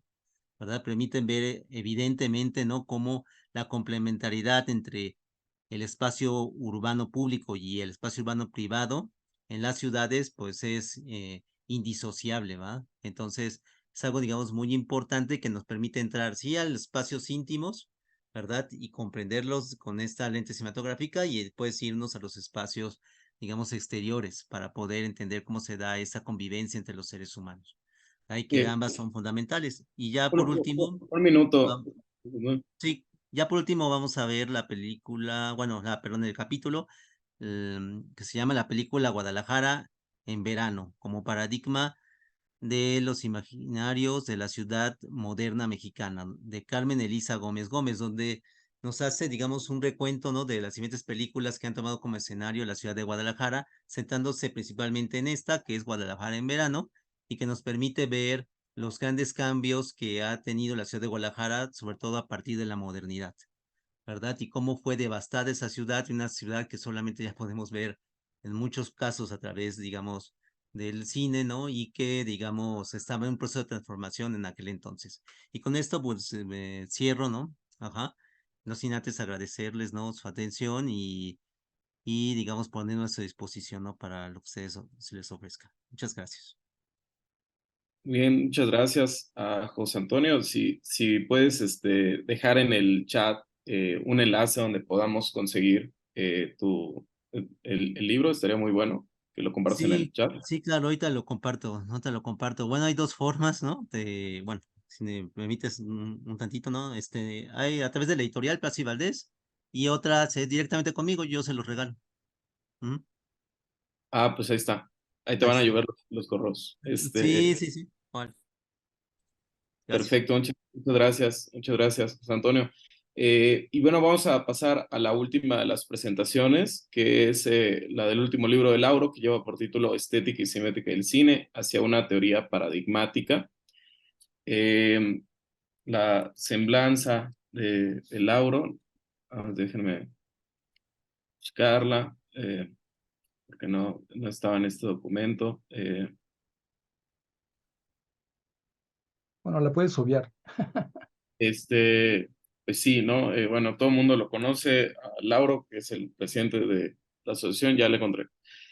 Doctor en literatura hispánica por el Colegio de México, presidente de la Asociación Mexicana de Teoría y Análisis Cinematográfico, es profesor investigador titular en la UAM, Xochimilco, donde participa en la línea de Teoría y Análisis Cinematográfico del doctorado en Humanidades. Fue profesor invitado en la New York University y su libro más reciente es el que va a presentar a continuación, que fue editado por la Escuela Nacional de Artes Cinematográficas de la UNAM. Y bueno, pues adelante, Laura, te escuchamos. Sí, gracias. Bueno, voy a compartir entonces aquí la pantalla, ¿no? Solamente para eh, avanzar más ágilmente, ¿no? Bueno, en realidad este libro fue resultado de un proyecto que me llevó pues 35 años y luego el proceso editorial llevó otros 7 años. Entonces, bueno, estoy muy contento de que finalmente apareció y lo que hago aquí es esta propuesta de carácter teórico. Eh, Apareció hace pocas semanas y bueno, empiezo con este modelo general, distinguiendo los elementos del cine clásico y moderno, que son paradigmas muy útiles en el estudio del cine, y la integración de ellos en el paradigma posmoderno. Este proyecto surge de la idea de que los estudios sobre la posmodernidad se han producido sobre todo en Estados Unidos y en Europa desde las ciencias sociales, pero siempre ha habido un vacío en el campo de las humanidades y se ha hablado de que no tenemos posmodernidad porque no tuvimos la modernidad europea. Entonces lo que ocurre es que en este terreno la posmodernidad no es lo que viene después de la modernidad, sino que es un regreso a lo clásico de manera ironizada con elementos modernos. Entonces, bueno, empiezo presentando este mapa que he estado pues utilizando eh, en todo el proyecto, distinguiendo los componentes de cada uno de estos tres paradigmas en el inicio, la imagen, el sonido, el montaje, la puesta en escena, la estructura narrativa, las reglas de género, la intertextualidad, los contenidos ideológicos y el final. Por ejemplo, el final clásico es epifánico, donde una verdad resuelve todos los enigmas narrativos, como Intriga Internacional, mientras que el final moderno es abierto, no tiene esta resolución, como por ejemplo Sin Aliento de Godard, y el final posmoderno es virtual, tiene simulacros de epifanía, como por ejemplo Brasil o Fiebre Latina. Bueno, estas son las 5 secciones del libro: teoría, análisis, lenguaje, los géneros y las fronteras. Voy a mostrar solamente qué contiene cada sección. En la primera, pues, qué es y para qué sirve la teoría del cine, que es un mapa metateórico. Después, una sección dedicada a los terrenos fundamentales de la estética del cine. En tercer lugar, un modelo para sustituir la teoría de la adaptación por la teoría de la traducción, usando la glosemática de James Loewe. Y finalmente, lo que yo llamo el giro sonoro en los estudios de cine, que ha sido este vuelco de 180 grados al tomar conciencia de que el sonido en la experiencia del espectador tiene más peso que la imagen, ¿no? Y aquí propongo pues, un modelo, ¿no?, para el estudio. En la segunda sección empiezo estudiando las tradiciones teóricas. Yo creo que hay 5 grandes tradiciones en el análisis de cine. Después el análisis y la diversidad de métodos, que son las tradiciones teóricas en relación con los modelos de análisis, y después las principales estrategias, ¿no? Por ejemplo, el análisis de secuencia frente al análisis de la película como totalidad y otras estrategias, y finalmente un recuento de los principales recursos didácticos, ¿no? Por ejemplo, los documentales para el análisis, y son cerca de 30 tipos de recursos, ¿no?, que se pueden utilizar para el análisis. En la tercera sección, que realmente es la parte medular del libro, propongo, he diseñado un poco más de 100 modelos, pero aquí estos son los 5 modelos centrales, porque además esto es lo que yo he estado utilizando desde las primeras clases de análisis de cine que me tocó dar como en el 76 en la UNAM. Y pues, por ejemplo, todos los elementos de la imagen, el emplazamiento de la cámara, lo que se ha llamado el punto de vista, es estratégico porque está ligado a todos los otros 120 componentes, ¿no? Después, el sonido, pues claro, hay que estudiarlo en términos de su relación con las imágenes, lo que llamo análisis relacional. En tercer lugar, la puesta en escena, la estudio utilizando la categoría de amplitud estilística. Por ejemplo, en cine clásico la amplitud es muy baja, la cámara está fija. En cambio, en el cine más moderno, a partir de los 60, es todo lo contrario, y en el cine posmoderno hay una itinerancia.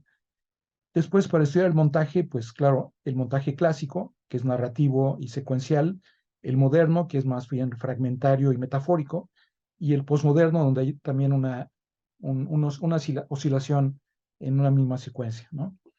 Y por último, para estudiar la estructura narrativa, propongo 10 fórmulas que se pueden encontrar en cualquier película, sobre todo en el cine de géneros, ¿no?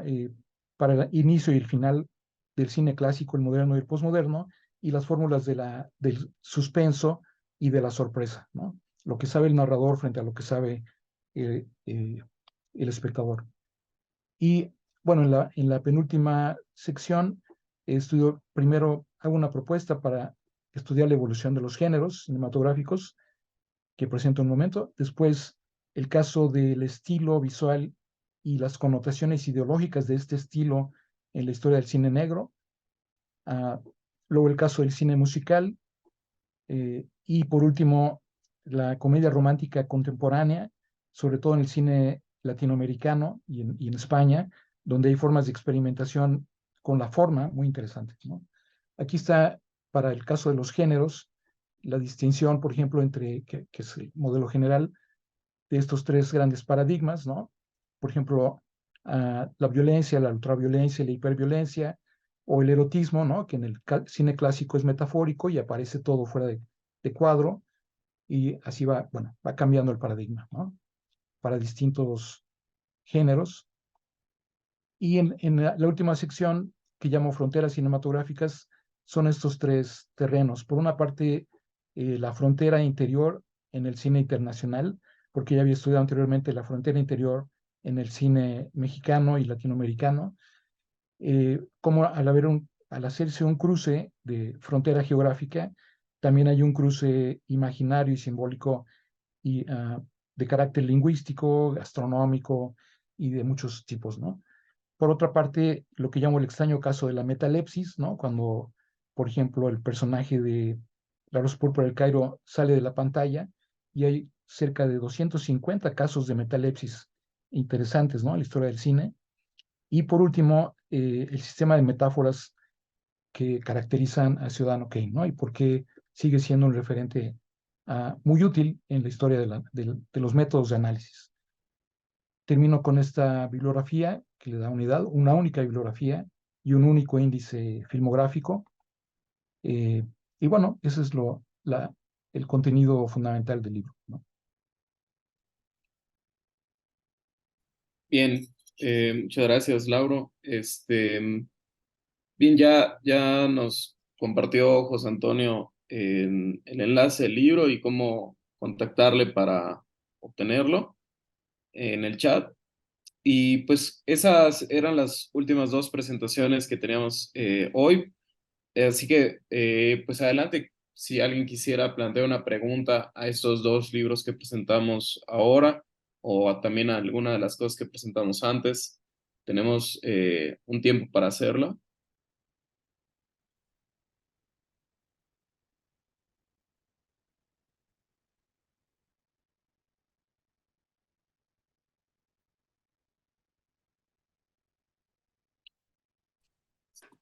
Sí, Yo tendría dos preguntas.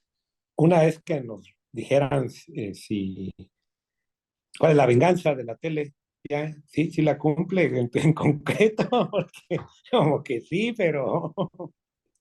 ajá. pero a ver, porque Carlos dijo como que esta influencia, ¿no? Que podría llegar a tener la televisión o la serie más bien en otras formas audiovisuales, ¿no? En su momento fue más el teatro, en otros momentos el propio cine, etcétera.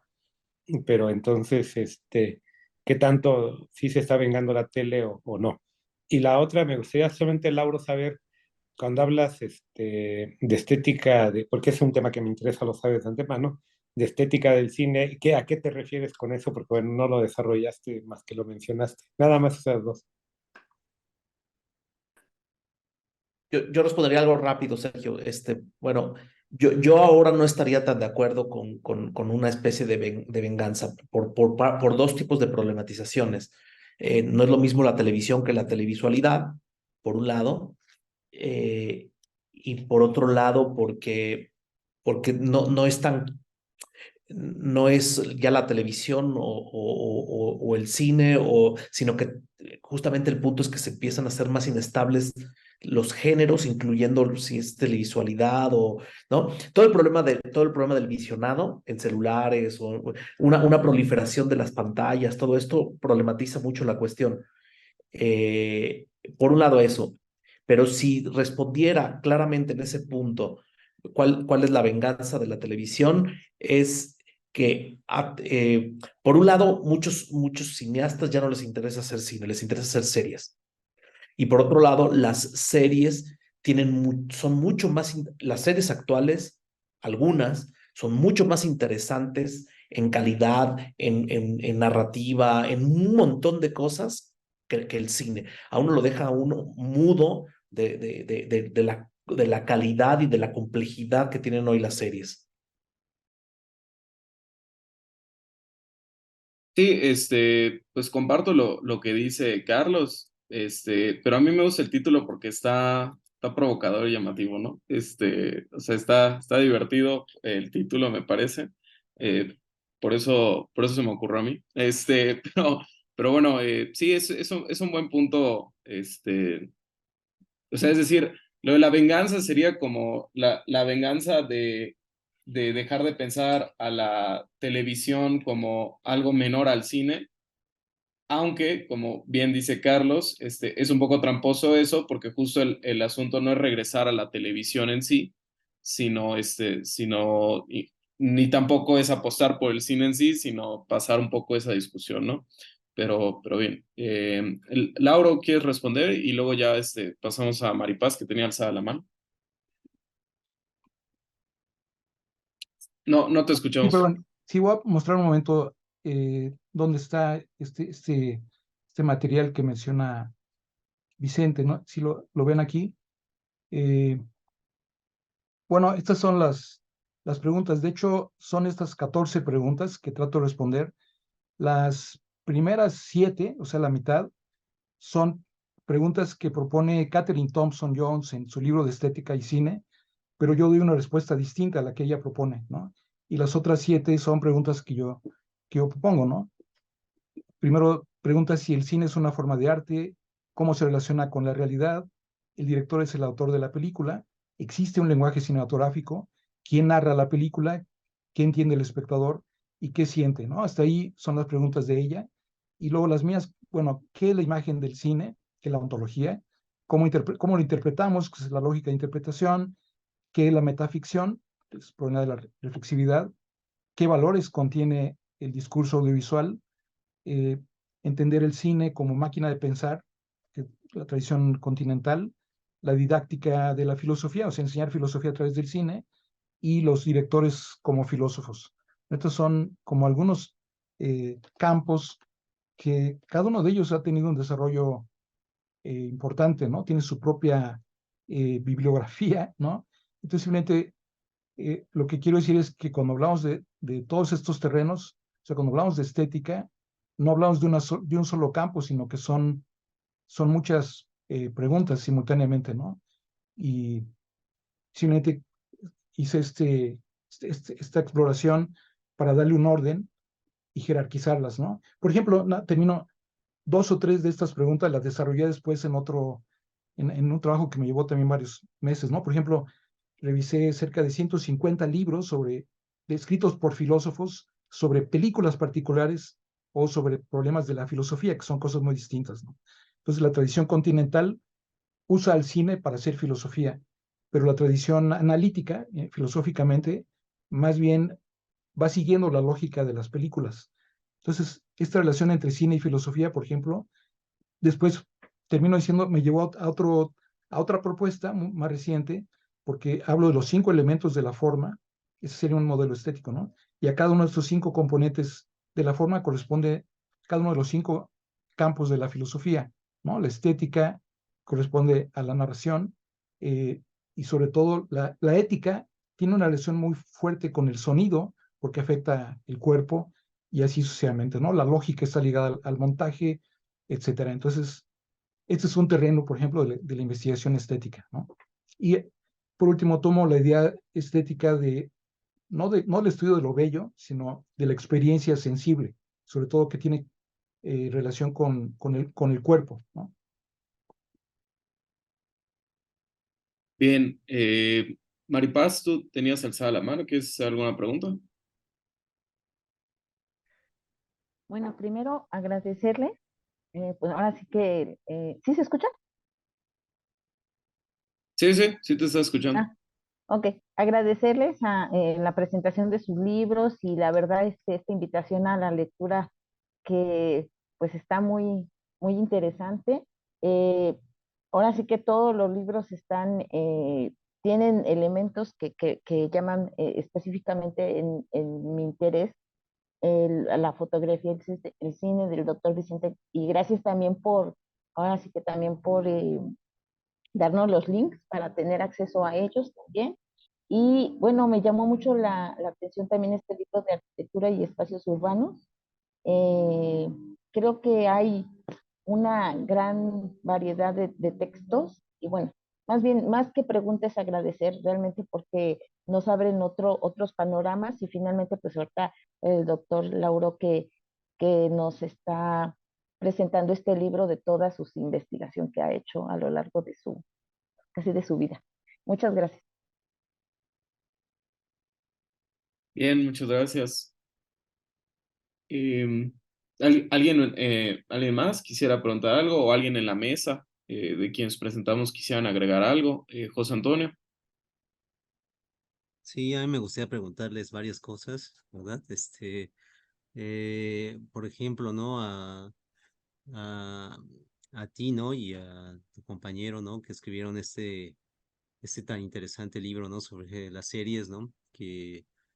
Eh, que desde luego, ¿no? Digamos, es muy importante, ¿no? De poder, digamos, entender, ¿no? Yo quisiera preguntarles, ¿qué tanto se está construyendo un nuevo lenguaje audiovisual a partir de la interrelación entre, como ustedes lo planteaban, el cine, l- la televisión y los videojuegos, sobre todo por este último, ¿verdad?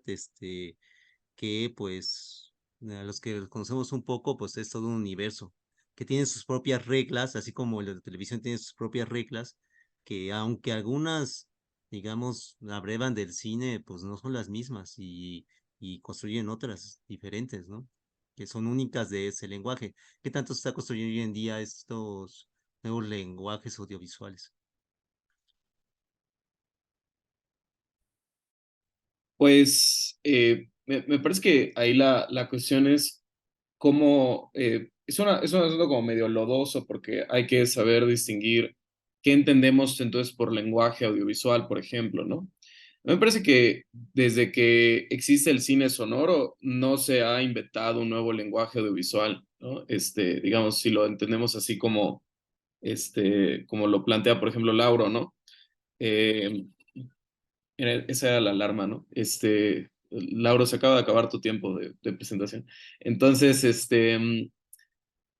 digamos, si atendemos a ubicar a los elementos del lenguaje audiovisual como los elementos propios de la imagen, el sonido, la puesta en escena, de la edición, pues creo que desde que existe el cine sonoro no existe más lenguaje audiovisual nuevo, digamos, ¿no?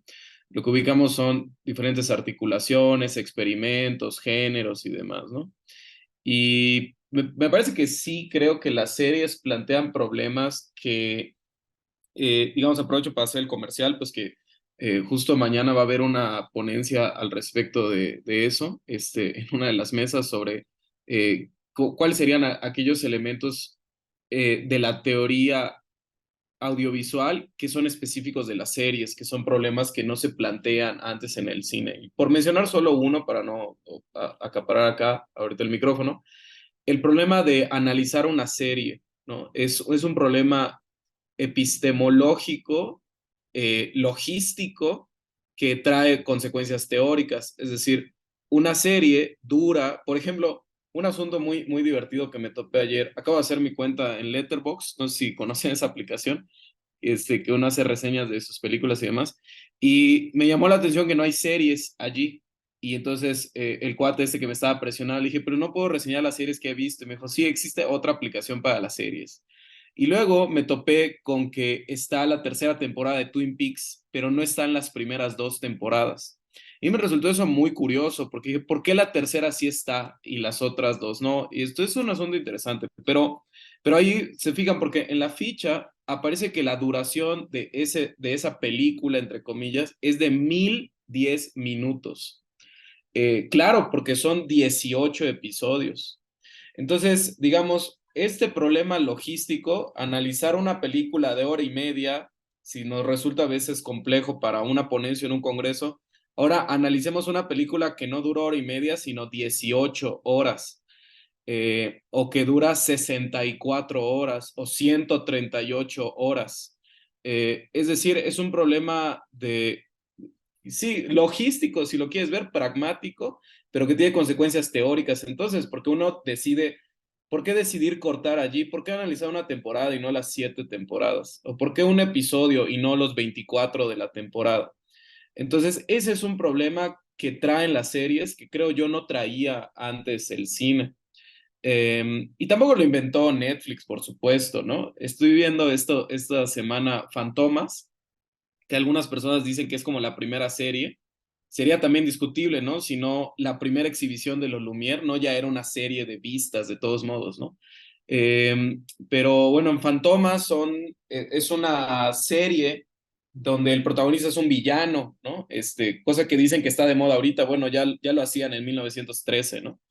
Pero bueno, eso, o sea, me parece que eso es lo que es tan divertido. No sé si las series reinventan el lenguaje audiovisual, no lo diría yo así, pero sí las series creo traen problemas específicos que quizá no veíamos desde, no sé, desde la invención de dispositivos para ver cine en casa o desde la invención del sonido, ¿no? Eso es lo que me parece a mí interesante. Yo agregaría algunas otras cuestiones que me parecen importantes. Teóricamente, sí, en el caso de Sergio y el mío, aunque también está Noé ahí, es decididamente psicoanalítico contra el cognitivismo. Porque el psicoanálisis no, al menos el psicoanálisis lacaniano, tiene categorías muy distintas al cognitivismo. No es un paradigma psicologizado. Por poner algunas categorías interesantes del psicoanálisis, el problema del corte o el problema de la dosificación del goce, ¿no? Por ejemplo, o sea, cómo la narrativa implica una cuestión de cierto placer, dolor. O sea, así como hay una especie de scrolling, también hay maratones de series, por ejemplo, en términos de su propio consumo, pero es decir, la narrativa no es una cuestión cognitiva, es una cuestión en que se juega el deseo, el placer, el goce y no sería únicamente una teoría de afecto. O, por ejemplo, todo el problema que plantea Freud en análisis terminable o interminable. O sea, hay un montón de categorías que son súper interesantes. Obviamente, las series también replantean cuestiones de género, ¿no? O sea, es decir, ¿qué tipo de género es una serie de antología o una sitcom, pero que no existen ni en el cine, por ejemplo? El análisis, las categorías de análisis tendrían que cambiar. O cuando planteas esto, José Antonio, sobre la propia forma del videojuego, por ejemplo, hay casos muy interesantes. Westworld, que su narrativa parece una especie también de videojuego, ¿no? O Bandersnatch, que francamente es un híbrido, ¿no? Tal cual. Que además cuestiona la idea de la libertad en los propios videojuegos, porque lo que es claro es que como es el tema de Black Mirror, no importa lo que tú elijas, siempre va a ser peor, ¿no? Que es su propio género. Pero por otro lado, hay una complejidad narrativa en la construcción. Claro, hay una complejidad por el tamaño de su material, que eso es obvio, en la construcción de los personajes o en la narrativa. Eso claro que es obvio. Pero menos obvio es la idea de cierta construcción a nivel de sonido o a nivel de montaje. Por poner un ejemplo de BoJack Horseman, en un episodio te dejan solamente una perspectiva de una llamada y 3 capítulos después sabemos qué ocurrió con esa llamada desde la perspectiva del otro, ¿no? Eso es impresionante, o sea, no es solamente en términos narrativos, sino en términos del montaje o en términos del uso del sonido, eso es lo que es muy interesante. Otro ejemplo, las docuseries, ¿no? Que implicarían asesinos seriales, que ya el propio nombre serial es un problema, ¿no? O cuando al mismo asesino lo vuelven a capturar y entonces aparece la temporada 2, ¿no? Entonces, y es un documental, entonces, ¿qué es eso, no? O 24, que es en tiempo real, ¿no? O sea, que es una hora intradiegética, es una hora extradiegética. Súper interesante ese tipo de formatos. Y por último, el caso de Ricky Morty es súper interesante porque en 20 minutos pueden plantear una complejidad a nivel de la puesta en escena, del montaje, de una serie de capas, eh, y que me parece mucho más interesante que toda esta torpeza, esa es una opinión, de toda esta torpeza de mundo Marvel y todo esto. Es mucho más interesante Ricky Morty. Personalmente, y también lo digo como una opinión, puedo desplegar mi razonamiento, pero para mí es más interesante un capítulo de Ricky Morty que esta película de Everything Everywhere que ganó el Oscar. ¿Mm? A nivel de la forma y a nivel del contenido, ¿eh?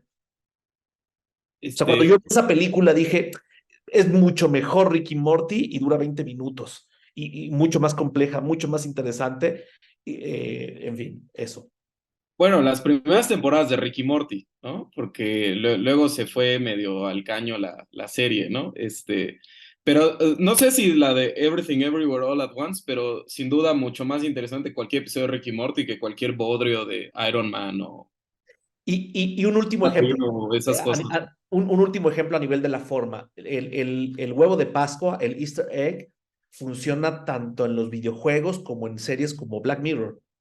El huevo de Pascua es súper interesante, es decir, cómo puedes encontrar ciertas pistas que están en juego y que de eso se trataría. Parte del disfrute de una serie sería encontrar los guiños a una red del mundo, ¿no? Ya no es narrativo, sino es encontrar los huevos de Pascua, por ejemplo.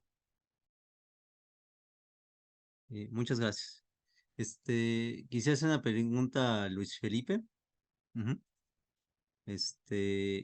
Vi ahí en el libro que nos presentaste muy amablemente pues que existe, digamos, un carácter interdisciplinario, ¿verdad? Digamos, en todos los textos hay textos de urbanismo, ¿no? Y que se mezcla el cine con otro tipo, ¿no? De disciplinas, ¿no? En varios de estos. ¿Cómo ves la potencialidad interdisciplinaria o inclusive hasta transdisciplinaria del cine? Sería mi pregunta.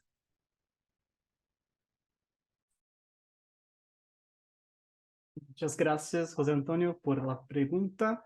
Bueno, creo, vejo con mucho interés, porque la propuesta de la revista de Zanzala es propiamente trazer outros olhares, outras visiones para los géneros cinematográficos. En este volumen, en este número, tenemos, como usted mencionó, una serie de abordajes para los géneros, pero en otras propuestas publicadas en Zanzala, tiene también otras percepciones, análisis de videojuegos, de libros, otras propuestas que pasan por esa perspectiva interdisciplinar y que muchas veces son asimiladas en las análisis. Creo que es muy enriquecedor para, no solo para escrita en sí, pero para la discusión de esas perspectivas y abordajes. Entonces, en mi visión personal, muy bueno. Y para la revista, creo que también tenemos envíos de todo tipo de propuesta y son todos bienvenidos. Muchas gracias. Y para Vicente, quisiera hacerle una pregunta que es un poco más, digamos, personal. Estoy escribiendo un capítulo sobre, digamos, el cine, ¿no? Como herramienta didáctica en una materia de ingeniería y arquitectura. Ujú. que se llama desarrollo profesional. Quisiera ver que me dijeras, ¿cuál es tu punto de vista del cine como herramienta didáctica? Porque tú, entiendo yo, tú trabajas la sociología, ¿no? Y así como yo trabajo, digamos, la arquitectura y urbanismo y utilizo el cine para explicar muchas cosas, ¿ah? Entonces, ¿cómo lo ves tú, esta función, ¿no? de la película? Bien, Sergio hace rato hacía una referencia al estudio del cine y en general de, digamos, de las obras audiovisuales, a veces como un recurso de. Yo estoy totalmente de acuerdo. O sea, enseñar el cine o filosofía a partir del cine, ampliar la cultura visual a partir del cine, tener elementos, digamos, como en su origen, creo que Lauro Zavala hacía escribir a la gente a partir del cine. Creo que, o sea, ese potencial es innegable, ¿no? Y yo creo que además, si hay una salida útil que tenemos nosotros ahora que la 4T nos pide por qué estudiar cine, yo no le veo otra salida más que la parte de la educación. O sea, todas nuestras investigaciones tendrán que tener alguna salida hacia la educación, hacia la formación, hacia el enriquecimiento de, digamos, de las capacidades de lectura, de crítica, de interpretación. De otra manera, no nos van a aceptar ningún financiamiento. Pero bueno, digamos, lo que estoy diciendo es que valoro esa perspectiva, pero en concreto lo que yo quería decir con el capítulo cuarto de mi libro era llevar el análisis a la dimensión de debate conceptual que tiene la teoría. O sea, el, pongo un ejemplo muy simple que lo he puesto en los cursos, ¿no? Roland Barthes, cuando hablaba de la crítica musical, ¿no? Él decía que la crítica musical estaba atrapada en la lengua y estaba atrapada en el adjetivo. Y entonces yo digo, exactamente, esto es lo que a mí me gustaría discutir. ¿Qué tanto nuestros análisis cinematográficos están atrapados en qué? ¿No? Así como, o sea, el límite es la lengua, obviamente, ¿no? O sea, dice Laura Marx, hay dos sistemas semiológicos en juego. No es cierto que uno complemente al otro, que uno sea mejor del otro. No se traduce uno al otro, ¿no? Entonces, ¿cómo lograr, sí, que el análisis trascienda, por ejemplo, los propios problemas de la lengua o de otro sistema semiológico por el cual nosotros hacemos o damos cuenta de la película y hacemos el análisis? Digamos que ese es un pequeño ejemplo de lo que podríamos debatir. Otro podría ser, ¿cómo se da el movimiento pendular entre teoría y análisis? Históricamente, ¿cómo ha sido? Hablamos mucho que el análisis genera teoría, pero ¿en dónde? O sea, en concreto, ¿cuándo un análisis cinematográfico de cierta película produjo un cambio en la concepción del cine? Y no desde la teoría o la gran teoría, como diría David Orwell, ¿no? O los grandes paradigmas cuando entran en crisis, entonces entra en crisis la teoría del cine y el análisis, ¿no? Y entonces nos vemos como limitados en nuestras interpretaciones. Digamos, ese es el nivel de preguntas, ¿no? Sobre lo demás, por supuesto, yo seguiré apostando porque el cine sea herramienta para pensar, para acompañar a descubrir, para mostrar, o como lo digo en el libro, que sea un ingreso amable a las ciencias sociales, a las humanidades, ¿no? Qué mejor ejemplo que la teoría psicoanalítica explicada a partir de las películas. Creo que es más sencillo y más tangible que si nos vamos a la abstracción pura, ¿no? De la noción. O sea, esto es lo que, digamos, yo veo que esa actividad militante educativa para mí es fundamental y yo la seguiré haciendo, pero la invitación era, discutamos ese otro nivel de abstracción, ¿no? Eso sería. Sí, muchas gracias. Y ya por último, ¿no? Ya para el doctor Lauro, quisiera preguntarle, hablaba de que eran 5, al final, ¿no? Llegaba a 5 métodos de análisis o tipos de análisis, ¿no? Al final de todos estos cientos, ¿no? De análisis que analizó, haga la redundancia. ¿De qué tipo son esos análisis? ¿Son de tipo instrumental, de tipo interpretativo, verdad? ¿Son contextuales, subtextuales, intertextuales, ¿no? ¿De qué tipo son o son variados? ¿Verdad? O son variados, podemos encontrar de todo en esos 5 últimos. Bueno, creo que te refieres a la primera sección de la segunda parte del libro, Sí, donde más bien lo que hice fue una especie de un recuento histórico, porque claro, la primera metodología que se puede identificar claramente es la de la Escuela Rusa de Montaje, ¿no? Y el primer análisis registrado por escrito importante es el que hizo el mismo Eisenstein 10 años después de haber hecho su acorazado Potiomkin, ¿no? En el 37. Analiza 7 fotogramas, ¿no? De su propia película. Entonces, bueno, eso, esta escuela es muy analítica precisamente, ¿no? La escuela del montaje soviética. Pero es muy distinto después lo que hicieron por ejemplo, la tradición alemana es mucho más formalista, más cercana a la argumentación lógica, muy diferente de la experimentación rusa, o la tradición anglosajona, que es muy pragmática y que surge de las escuelas de cine, ¿no? Y entonces tiene otra metodología.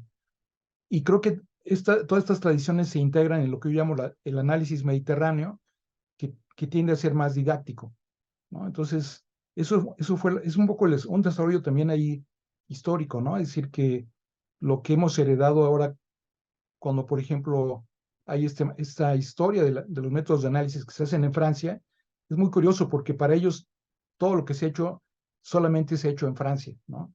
Los franceses son muy como francófilos, ¿no? Pero lo heredamos porque todo lo que se hace en Francia se traduce en España y se distribuye en toda Latinoamérica.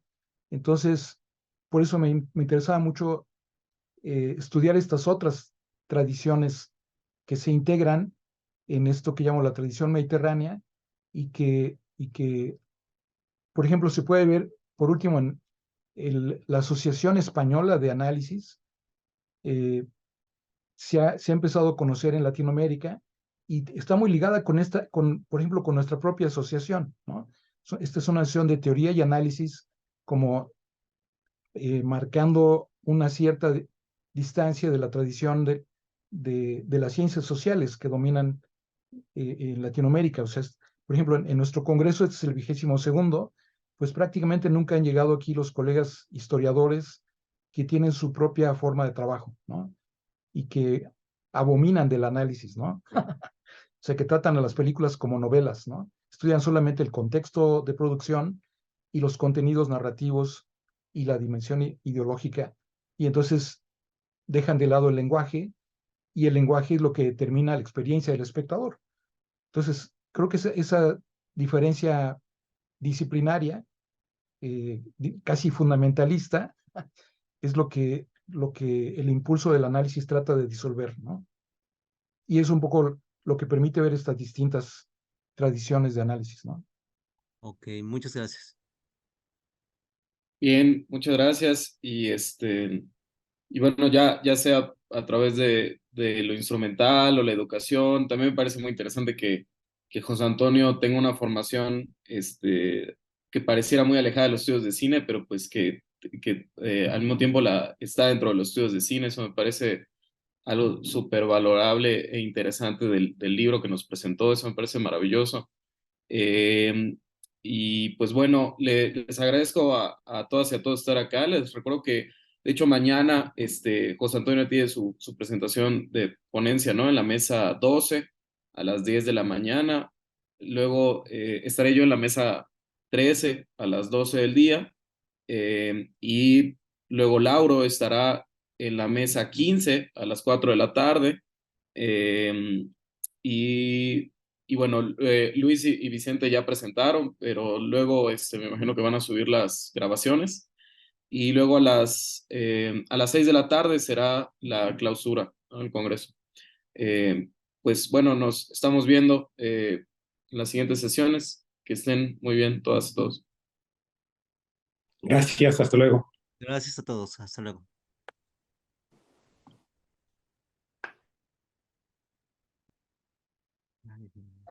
Gracias, buena tarde a todos y todas.